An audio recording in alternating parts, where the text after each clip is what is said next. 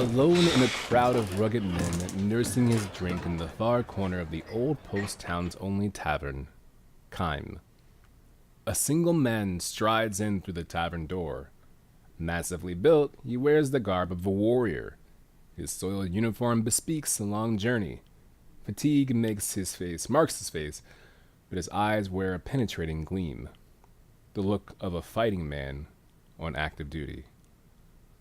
A hero's return. The tavern's din hushes instantly. Every drunken eye in the place fastens on the soldier with awe and gratitude. The long war with the neighboring country has ended at last, and the men who fought on the front lines are returning to their homes. So it is with this military man. The soldier takes his seat at the table next to Kaim's and downs a slug of liquor with the forcefulness of a hard drinker, a man who drinks to kill his pain. 2 cups. 3. 4. Another customer approaches him, bottle in hand, wearing an ingratiating grin. A typical crafty town punk. "Let me offer you a drink," wheedles the man, "as a token of gratitude for your heroic efforts on behalf of the fatherland." The soldier unsmilingly allows the man to fill his cup.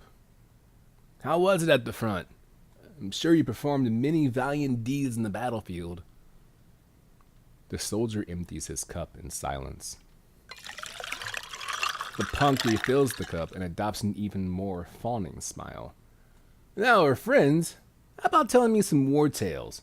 You've got such a big, strong arms. How many enemy soldiers did you kill?" Without a word, the soldier hurls the contents of his cup into the man's face. The punk flies into a rage and draws his knife. No sooner does it leave its sheath than Kaim's fist sends it flying through the air. Faced with the powerful united front of Kaim and the soldier, the punk runs out, muttering curses. The 2 big men watch him go, then share a faint smile.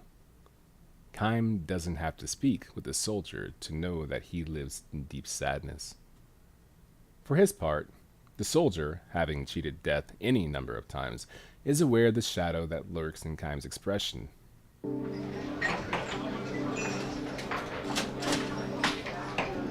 The tavern's den returns. Kaim and the soldier pour each other drinks. "Got a wife and daughter I haven't seen since I shipped out," says the soldier. "It's been 3 long years." He lets himself smile shyly now for the first time as he takes the photograph of his wife and daughter from his pocket and shows it to Kaim. The wife, a woman of dewy freshness. The daughter, still very young. They're the reason I survived. The thought of going home to them alive was all that sustained the daughter. "Is your home far from here?" "No, my village is just over the next pass. I'm sure they've heard the news that the war is over and can hardly wait to have me home." He could get there tonight if he wanted to badly enough. It's that close. But the soldier downs a mouth of liquor and groans. "I'm afraid." "I'm afraid of what?" "I want to see my wife and daughter, but I'm afraid to have them see me. I don't know how many men I've killed these past 3 years. I had no choice. I had to do it to stay alive. If I was going to get back to my family, I had no choice but to kill one enemy soldier after another. And each and every one of those men had families. They had left at home. It was the code of war. The soldier's destiny. To stay alive in battle, you had to go on killing men before they could kill you. I had no time to think about such things at the front. I was too busy trying to survive. I see it now, though. Now that the war is over. 3 years of sin are carved into my face. This is the face of a killer. I don't want to show this face to my wife and daughter. The soldier pulls out a leather pouch from which he withdraws a small stone. He tells Kaim it is an unpolished gemstone, something he found shortly after he left for the battlefield. A gemstone? Kaim asked, unconvinced. The stone on the table is a dull black without a hint of the gleam a gem should have. It sparkled when I first found it. I was sure my daughter would love it when I brought it home to her. Gradually, though, the stone lost its gleam and turned cloudy. Every time I killed an enemy soldier, something like the stain of his blood would rise to the surface of the stone. As you can see, it's almost solid black now for 3 years. The stone is stained by the sins I've committed. I call it my sin stone. You don't have to blame yourself so harshly, says Kaim. You have to do it to stay alive. I knew that, says the soldier. I knew that, but still, just like me, the men I killed had villages to go home to, and families waiting for them there. The soldier then says to Kaim, you too, I suppose. You must have a family. Kaim gives his head a little shake. Not me, he says. No family. A home village, at least. I don't have any place to go home to. Eternal traveler, eh? Uh-huh. That's me. The soldier chuckles softly and gives Kaim a sour smile. It is hard to tell how fully he believes what Kaim has told him. He slips the sin stone into the leather pouch and says, you know what I think? If the stone turned darker every time I took a life, it ought to get some of its gleam back every time I save a life. Instead of answering, Kaim drinks the last drops of liquor from his cup and rises from the table.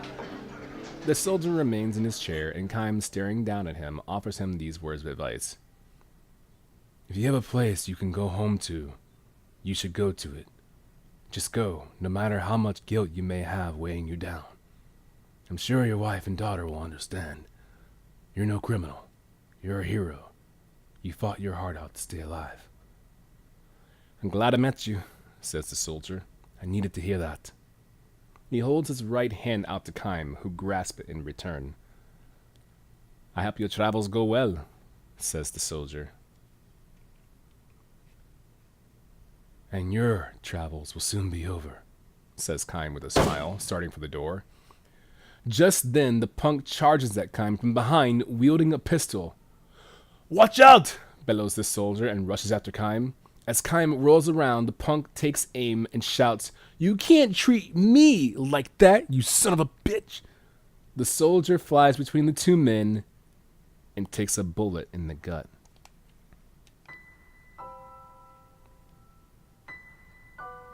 And so, as he so desperately wished to do, the soldier has saved someone's life.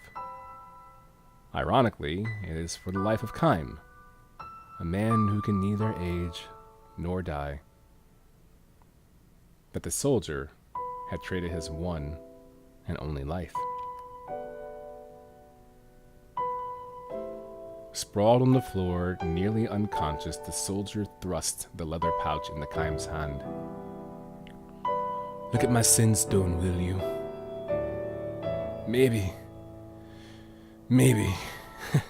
he says, chuckling weakly. Some of his shine has come back. Blood spurts from his mouth, strangling the laugh. Kaim looks inside the bag and says, It's sparkling now. It's clean. It is, gasped the soldier. Good. My daughter will be so glad. He smiles with satisfaction and holds his hand out for the pouch. Gently, Kaim lays the pouch on the palm of his hand and folds the man's fingers over it. The soldier draws his last breath, and the pouch falls to the floor. The dead man's face wears a peaceful expression. The stone, however, the man's sin stone, which has rolled from the open pouch, is as black as ever. The end.